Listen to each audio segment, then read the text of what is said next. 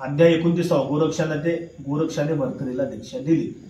तर गोरक्षाने गर्भद्री सोडून मच्छिंद्रनाथाचा निरोप घेऊन पुन्हा तीर्थयात्रेला निघाला।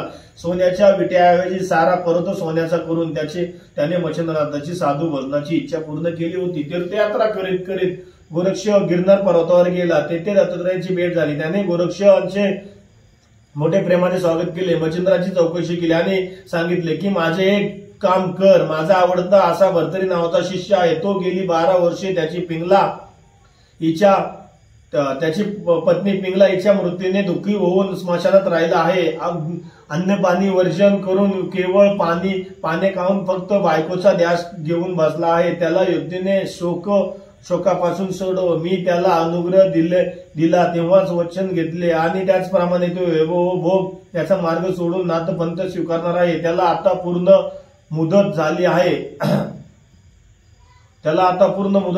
हा भरतरी म्हणजे दुर्मिळ नारायण आहे असे म्हणून दत्तात्रयांनी मग भरतरीची सर्व कथाच गोरक्षाला सांगितले व अवंती नगरीला जाण्यास सांगितले। गोरक्षाने दत्ताची आज्ञा मानली। त्यांना नमस्कार करून आशीर्वाद घेऊन तो निघाला। व्यानात अस्त्र मंत्रून त्याने आपल्या कपाळी भस्म लावले।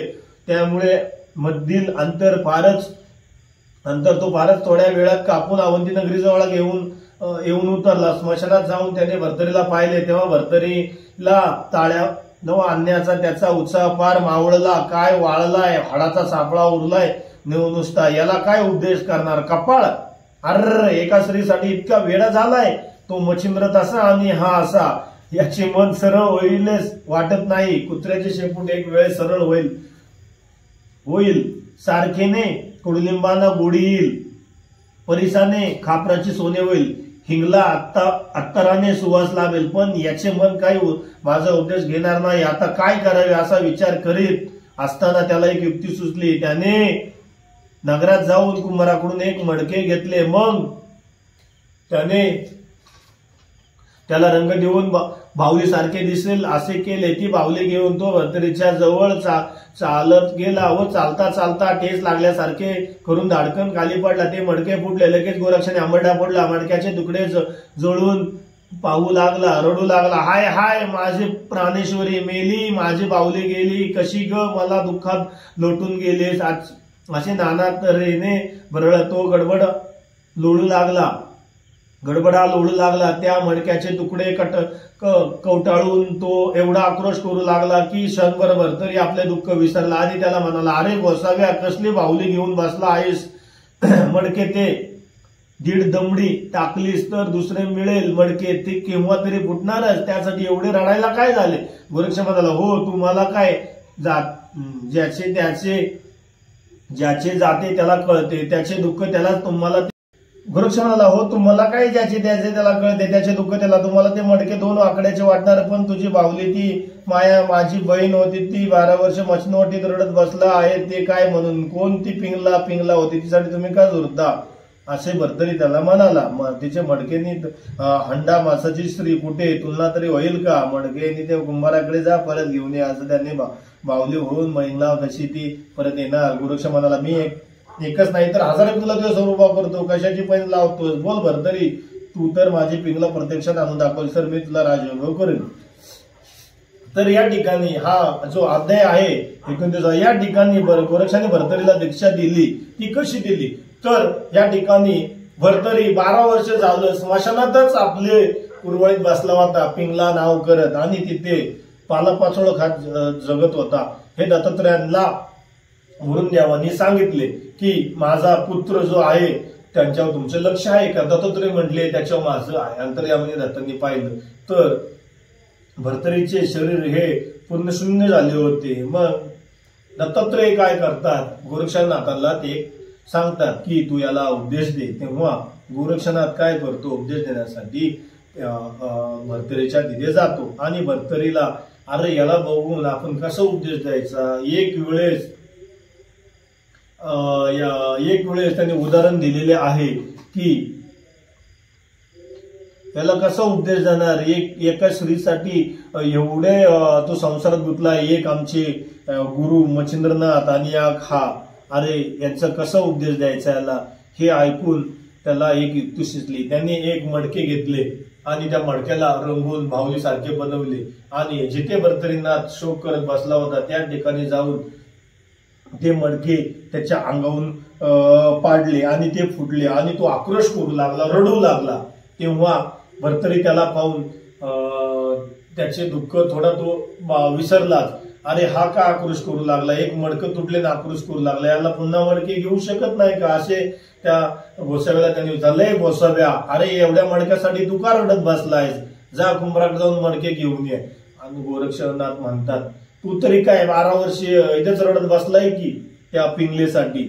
अरे तेव्हा भर्तरी म्हणतो, अरे हाडामासाचा माणूस कुठं आणि हे मातीची मडकी कुठं, हे परत थोडी येणार आहे.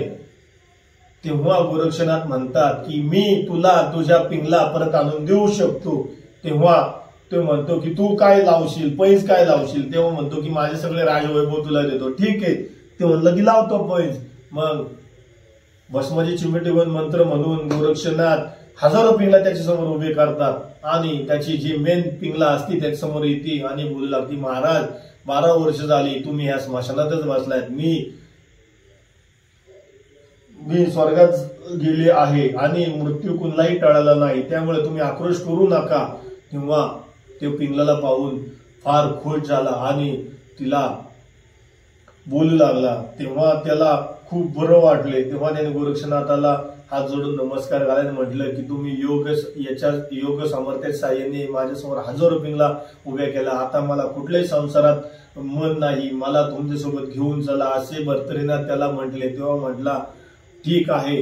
तेव्हा चला म्हटला की मी बोलल्याप्रमाणे तुला राजवैभव देतो. तेव्हा ते राजवैभवात येतात आणि विक्रमाची भेट घालून देतात. तेव्हा विक्रम त्यांचे विचारतो की तुमचा सहवास आम्हाला आता 6 महिने राहू दे. तेव्हा गोरक्षनाथ म्हणतो की आता असं इथं राहिलं तर भर्तरीनाथाचे मन परत संसार तोडू शकते, तेव्हा आम्हाला आता तुम्ही इथून जायचा आदेश द्या. तेव्हा विक्रमाला त्याचे म्हणणे पडते की तो त्याला जाण्यासाठी सांगतो. तेव्हा भर्तरीनाथाच्या ज्या बाकीच्या राण्या असतात त्या आक्रोश करू लागतात की महाराज तुम्ही आम्हाला सोडून जाऊ नका. त्या गोरक्षनाथाला काही वेडेवाकडे बोलू लागतात, हा कुठला गोसाव्या याच्यासाठी, यांच्यामुळे आमचा महाराज जिथून चालले.